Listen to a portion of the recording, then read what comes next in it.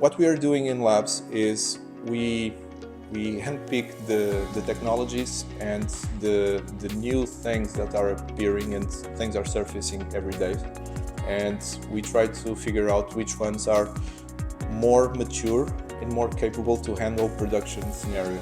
You're not exploding things. No, we're not exploding things, at least so far. We'll have more technology, that's for sure, but most likely we'll use it in a more natural way, as if we didn't have any technology, as if we were talking to a colleague or to our personal assistant to do stuff. Just putting AI on your company's website just increase its value by tenfold, right? I wouldn't say. Standing on Mindera's yellow box in this episode is Cláudio Teixeira, who heads up innovation incubator Mindera Labs. Cláudio is passionate about conquering big challenges and making new concepts work. Here he talks to Pedro Vicente about delivering intelligent, practical innovation, keeping pace with rapidly evolving technologies like artificial intelligence, the power of experimentation, and more. Welcome. It's not every day that I get someone from a lab. I was expecting that you kind of get with a different suit, like a lab coat or something like that, with some glasses to protect from explosions or something like that. That's my idea of a lab, but this is Mindera Lab, probably a bit different, still yellow, not so white. So let's start with that. What is Mindera Labs? While we're looking at Mindera, a company that does a lot of services. For a product company is quite obvious, like what is R&D? It's searching their products. What is R&D for a service company? So, nice to be here. About the yellow, well, it's also an experiment that we're running. Mindera Labs is the R&D facility for Mindera, and it's a place where we try new tech and we try new things and see how these can be applied to our clients and to some use cases that they have already, or some potential use cases that we feel that they will have in the future, and where these technologies can be applied. Our R&D facility is a little bit different from what you were mentioning about other labs, in the sense that we are... You're not exploding things. No, we're not exploding things. No, that's why we don't need the glasses, at least so far. But we are moving also to the physical world, not just the digital world. So things can start to be shifted with our labs experiments. I've been seeing a dog around our website. Yeah. It's still not barking, but he's already moving and doing stuff. And that's also part of our experimentation. And what we are doing in labs is we handpick the technologies and the new things that are appearing and things are surfacing every day, and we try to figure out which ones are more mature and more capable to handle production scenario. So which of those new technologies that are surfacing every day and new things that are surfacing are more keen to be applied to big companies and to very, very specific use cases, and how to do it in a proper way and how to present it in a way that can be understood by everyone. These can bring value to your use case, and this can help on getting your company on the right track with this kind of technology. So normally when you think labs, you think like Back to the Future, like that hair, and the crazy scientist and so on, doing experiments on things that are very, very far from production. And you're really different from that. You're really close to production. So you're mentioning a lot of new things that are popping up. So I wouldn't even dare to say 10 years, but what you think in the next 1, 2, 3, let's say roughly 5, which in tech is like a very huge leap. Yeah. What do you envision being like the giant paradigm shifts, and how are your labs looking at that and interacting with those new things? So let's use the time machine and travel to the past 2 years back, and roughly 2.5 years ago, everyone that wasn't aware of it knew about ChatGPT, And with that, everyone was started to look at AI in a different way and how AI could help on solving some problems. And even if the problem could be solved in some other fashion, people were trying to figure out how this could also be solved with AI, even if it's not. You know that before ChatGPT, everybody kind of hated chatbots. Yeah. Because you wrote something and you did like a useless answer, and you say like, yeah. who the hell thought of this? And then everything moved, everything shifted from one day to the other, right? And 2 years passed, and now we have generative AI to help on building code, to help you on producing user interfaces, to help you on testing stuff, to help you on all of the software development lifecycle phases, if you'd like, but also to be used in production and to be productionizable within your own features and functionalities that you have on your website or on your products. ChatGPT is it didn't started this kind of revolution, but it went, it gave it the nudge that it was missing for it to be considered as, this has some place to be. And now that we are on this stage, 2.5 years from that, and we have multiple modules doing well. And if we now look at ChatGPT from 2.5 years ago, it's kind of dumb, right? If you had to interact with that chat nowadays, you'd say, come on, we can do better than this, right? Now you have a ton of different things that you can use, more powerful modules.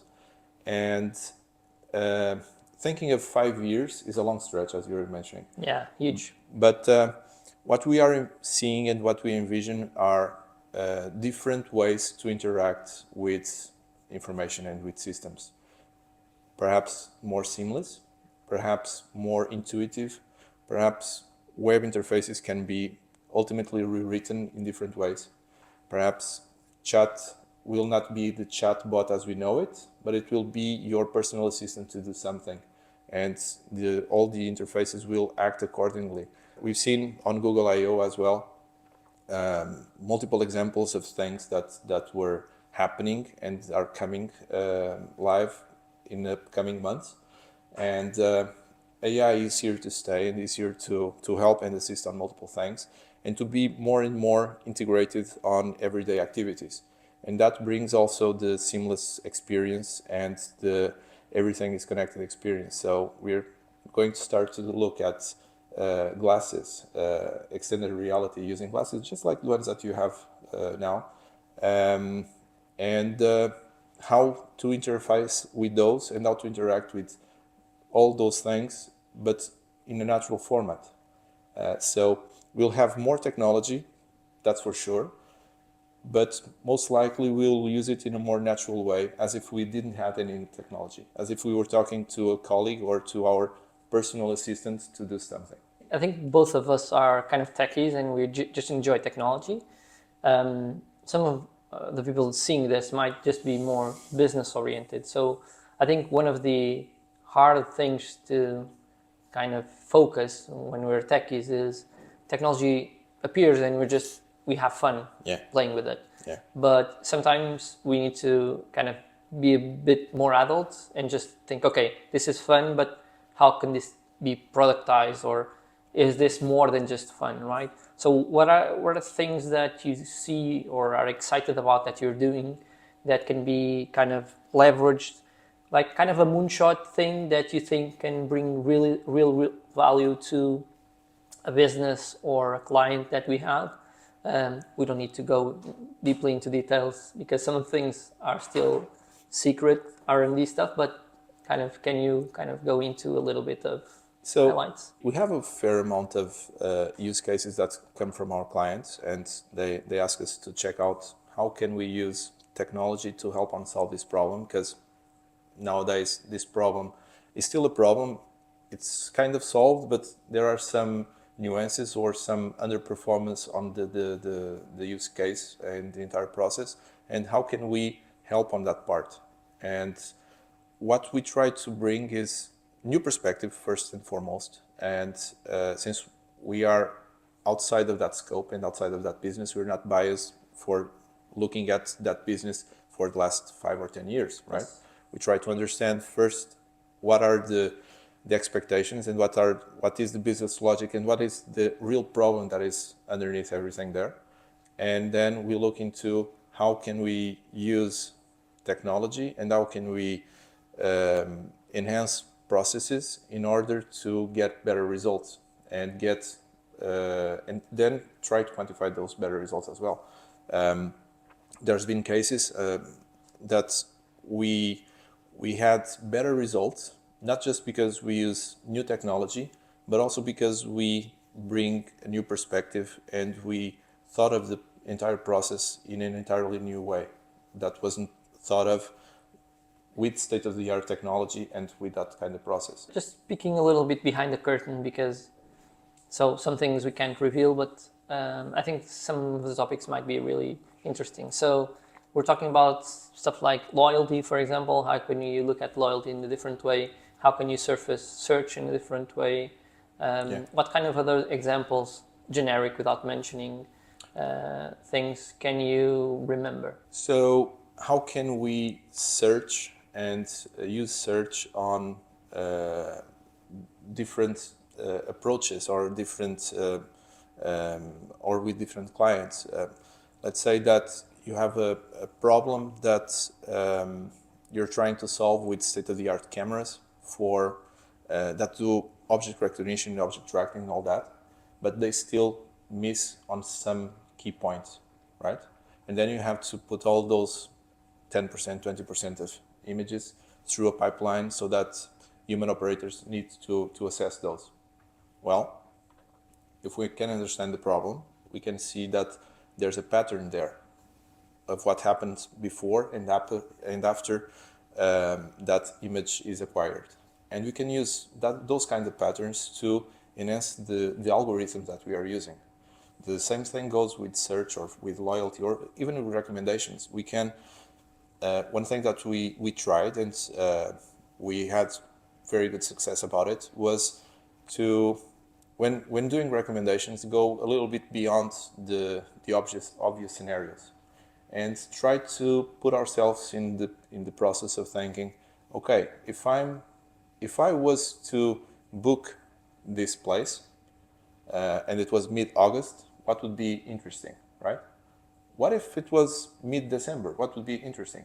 Most likely things would be different, right? The weather, the conditions, everything. So the kind of experiences and even local events that could be happening there would be different from one place to the other. So bringing those kind of perspectives, and again, this is kind of a fresh look to things because, as I was mentioning, we are not biased, so we try to see the issue from the provider's perspective, but also from the user's perspective, and putting us as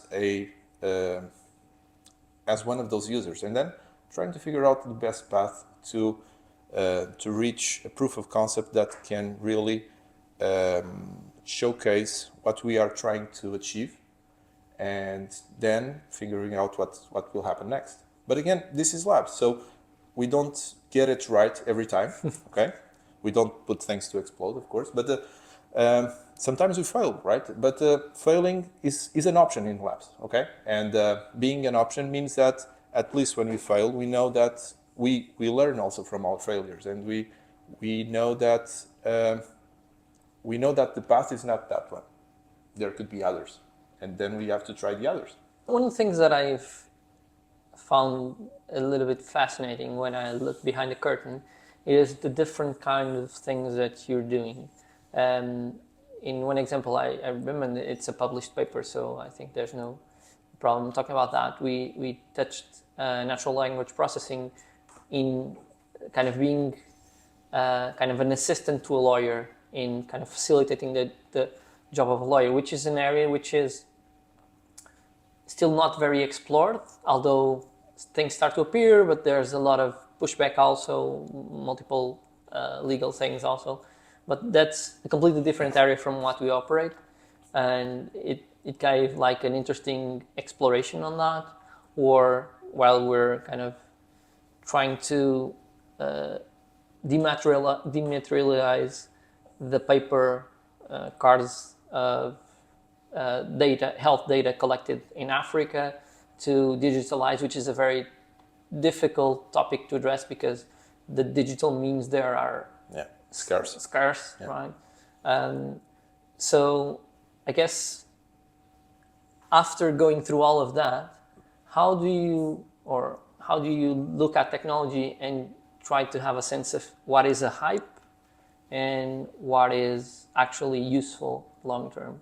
That's a very, very good question.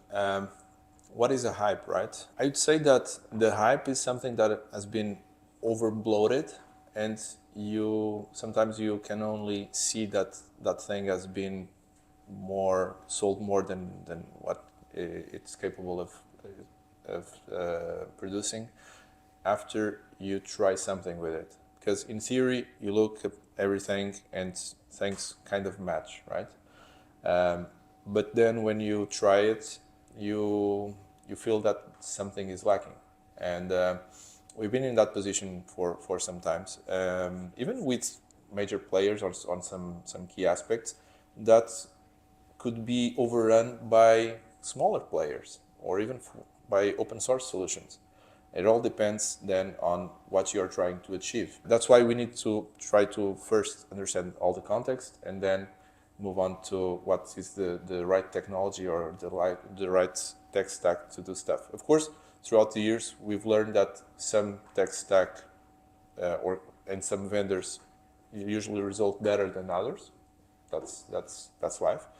But there's always the new kid on the block, and the new kid on the block can start as a hype, but in 6 months' time, it can be the natural way of doing things.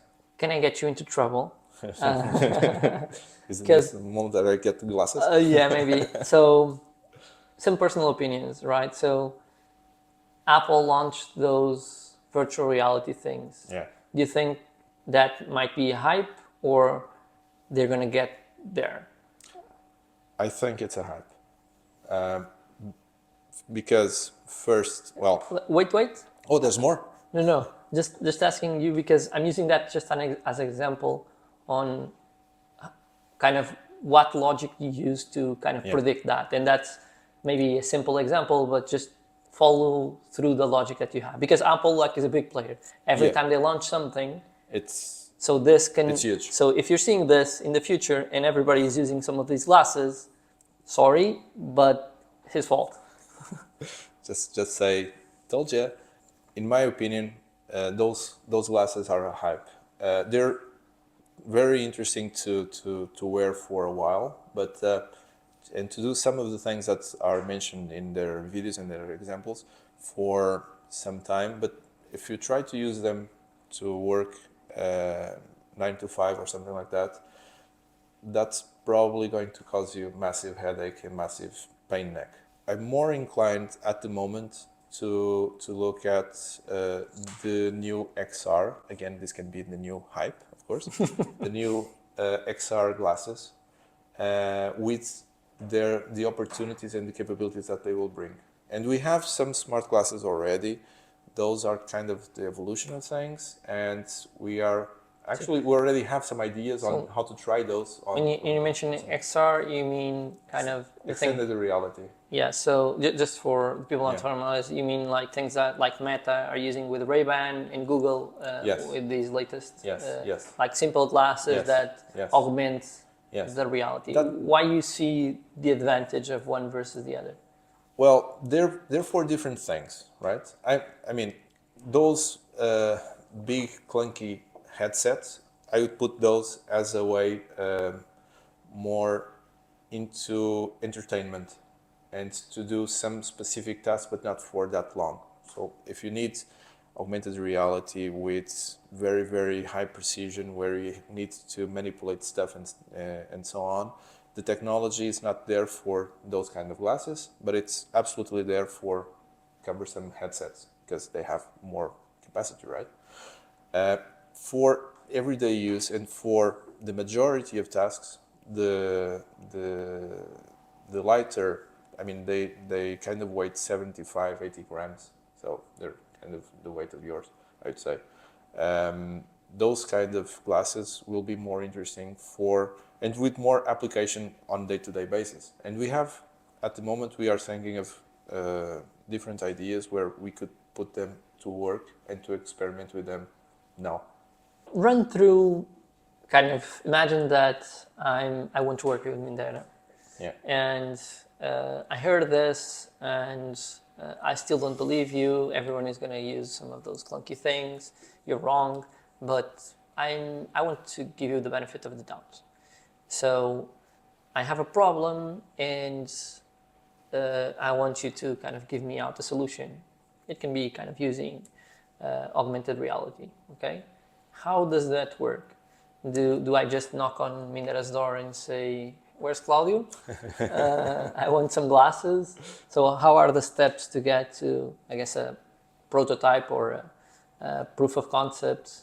How do you normally go and kind of drive me through that? So Labs is aligned with the rest of the services that Mindera offers to clients. And within our Labs catalog, we have three main areas. So we have solution discovery, where exactly the problem that you're stating could be posted, where we go with you on solution and design thinking, trying to figure out what is the best approach for that issue or for that question that you bring, and then figuring out a solution that we can then put in a way of a proof of concept. So solution discovery is one thing.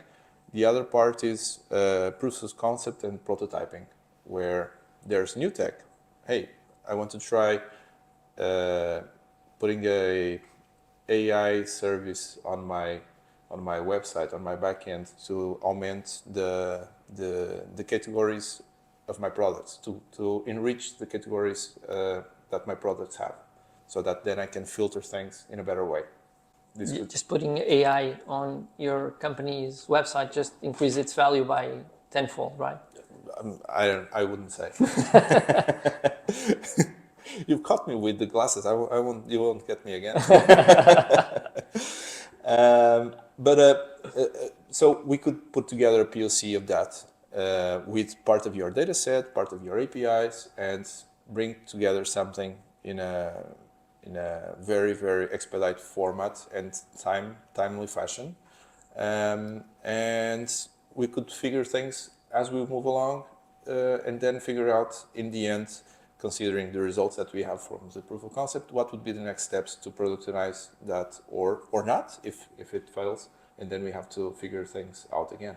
And the other part is the tech assessments. So other services also from Mindera, they have the ability and they have tech assessments ready around the technology and the means that they work on, one of it which is mobile. But for labs, it's kind of everything goes, right? You'd like to figure out what are the expectations on generative AI for doing something, or how can we tackle the next VR, or how could we use VR and XR to play Web3 games, for instance. So we could go for any of these use cases or others. I'm curious now, so from everything that you've done, and you've done a whole lot of things, what do you think was the best thing that you came up with? And as I mentioned the whole labs, right? It's just not Cláudio. There's more people. No. He just came here because of the fancy shirt. But what was kind of the best thing that labs came up with and that kind of worked, and kind of your worst outcome that kind of gave you a lesson on, okay, this was a really good idea or a really bad idea? I don't know how to best say it. We had a few wins, I would say, over the years, and they're pretty much aligned with the capabilities of tech at that moment in time. Looking back, some of our initial POCs on AI nowadays could seem as primitive things, but they were very, very far-hand and high-tech at that moment in time. But then technology evolved, right? So I would say that the best ones that we have are the ones that we are still planning on getting ready. Because all the others, as we are pushing them further and further, and we get to the point of that aha moment where we know, okay, this is how we'll do it, then it's no longer a thing for labs. Then it's for productionizing, it's for delivering, and for understanding, and for getting that knowledge to the rest of the teams in Mindera, data guys, mobile guys, front end, back end, infrastructure, whatever. That then we put together as a team to deliver that aha thing for clients. That's our purpose here. I thought you were going to say the one that hurt you the most was when, and I remember that because I was close to it, when you came up with a solution of you do a travel and you do a bunch of recommendations and experiences and so on, and then we showcase it to a client, and suddenly a few months after, a very big corporation came up with a very, very similar demo of something, and we're like, Well, yeah. I mean, we had a few of those. It wasn't just one. We had a few, and in different formats. Okay, even ideas that we shared and we presented, we then saw them come to life without us being present, which is, well, is that more? it's not fun. Yeah, I was going to ask that. Are you happy because your idea was validated, or really sad because you are not the one putting it into practice? I think it's a mixture of both, right? Because it means that the idea was validated, and one that you mentioned, it was fully validated, because even, and this was around 1.5, almost 2 years ago that we presented that one, and even 6 months ago, a company launched an exact product to do exactly the same thing with the exact same problems that we mentioned and we noticed that we would have if we'd go forward with it. So it has the exact same features. Of course, it's more polished, right? Because it wasn't a POC, it's of course a finalized product, but it has the exact same functionalities, and then it has also the same drawbacks that we had. I mean, there were other situations, right, where we had some clients that asked us to bring a POC about something, to predict something, okay? And we then presented information. Data was an issue, and usually it's an issue. So before getting to the actual POC, we had to fetch the data that we needed.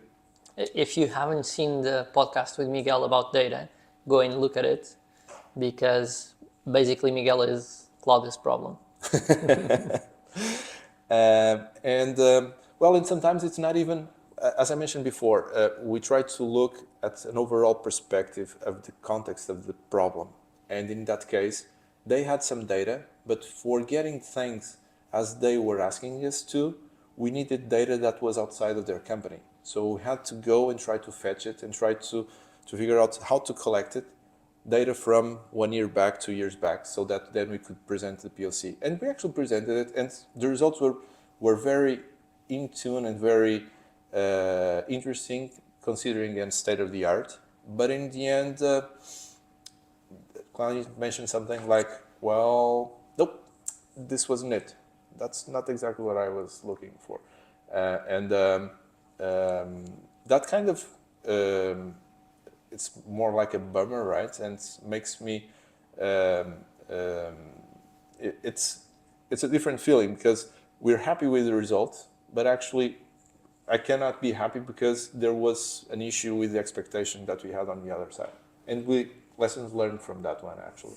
So I think every person running a company or running a part of the company is now moving into an expectation that we'll go into either AI doing our code or plug and play a lot of low code, no code stuff.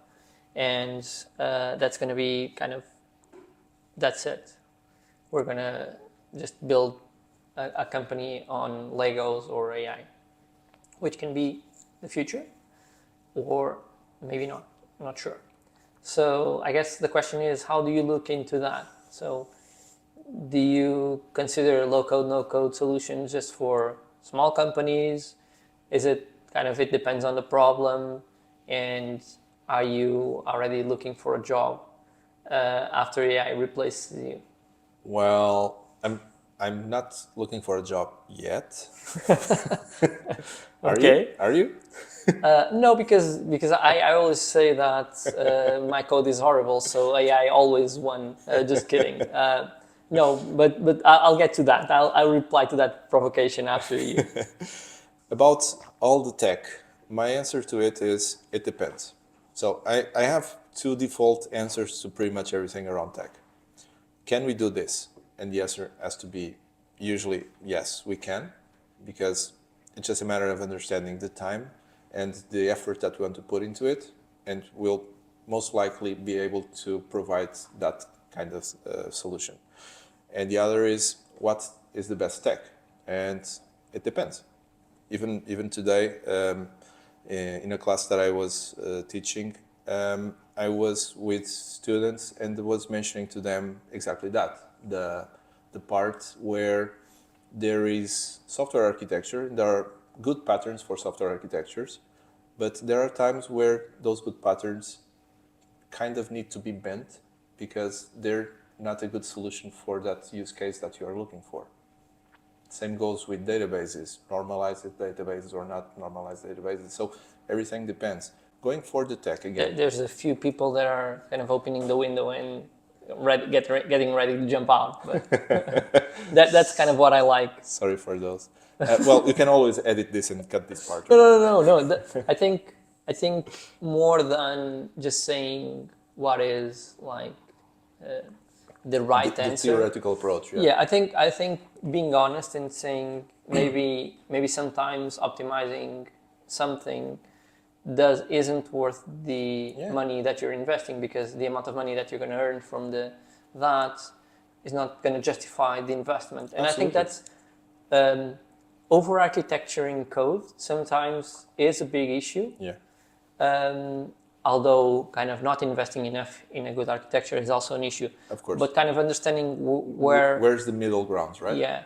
Going to the tech, low code, no code. Well, we have some initiatives also with low code approaches and with automation using low code and workflow engines that are there to be tried on, with very, very good results actually. But again, it will depend on what you are trying to do, and there are big companies that are kind of the flag holders, right, of the low code, no code approach, and they're doing fairly good. So there's obviously a market for it, but I don't see it as a one tool for all the problems, right? I see it with some initiative for specific issues and specific use cases, and for others, yeah, we have to develop things the traditional way. Going through the AI bit, well, for now, and that's a part of the yet, I would say, for now, and the experiments that we have been running on labs as well, and overseeing others and helping also some of our clients going into those kind of initiatives, we see that there are benefits of using AI and generative AI to assist on coding, through all software development lifecycle stages, I would say, not just coding, but not to the point, again, yet, as to it would replace the team in doing things on its own.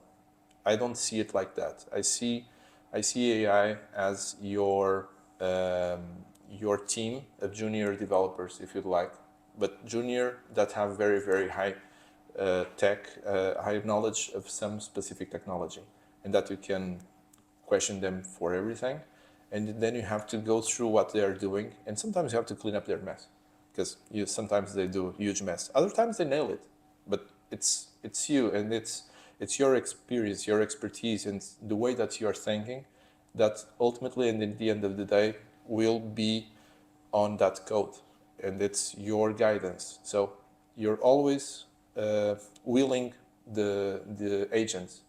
You're not sitting on the back seat. You have to be driving the car.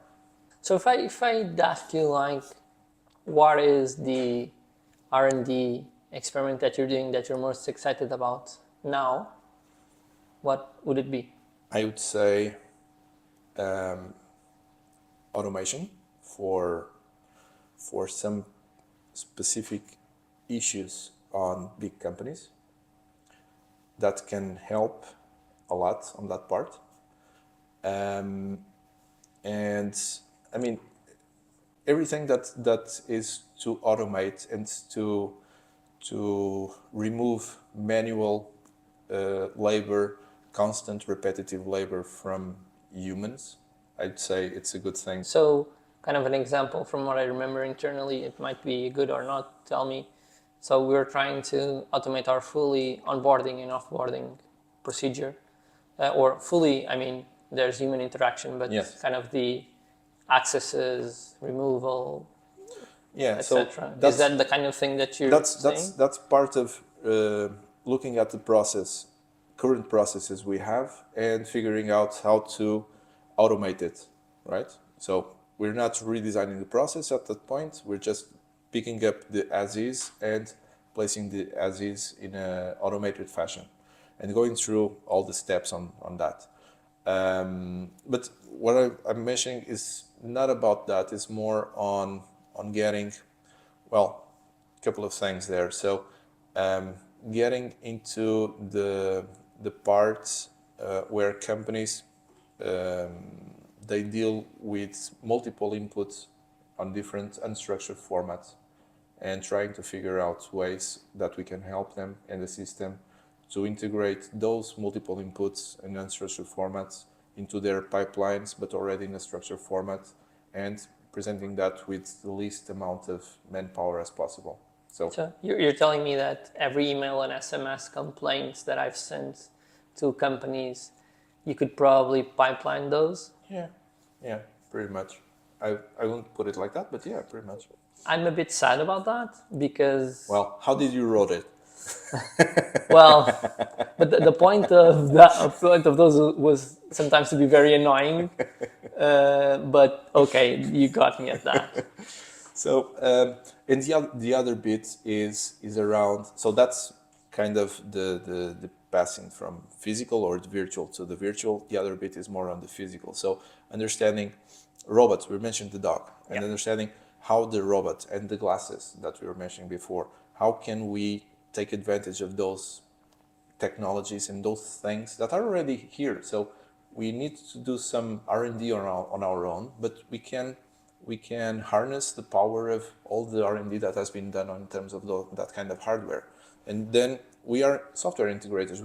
We are people that know how to integrate things in terms of software, whatever that kind of software is. And the robot has a software, the glasses have software. So how can we take the maximum advantage of that and present and put it in a way that it can be useful for us internally as Mindera, for our clients on their use cases, on big retails, on smaller retails, on e-commerce shops, on advertisements on web or on TV or whatever. So what can we help them on those scenarios? And thinking on that, bringing new use cases that can take advantage of these technologies and present them.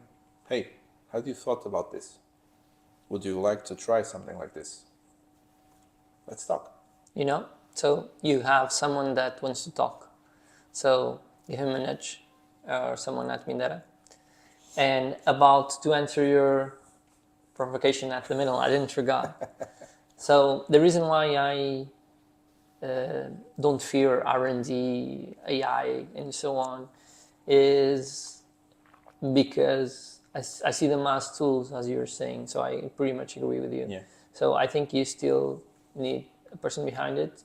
It might be that in the future, instead of 10, you might need one, or instead of 1,000, you need one.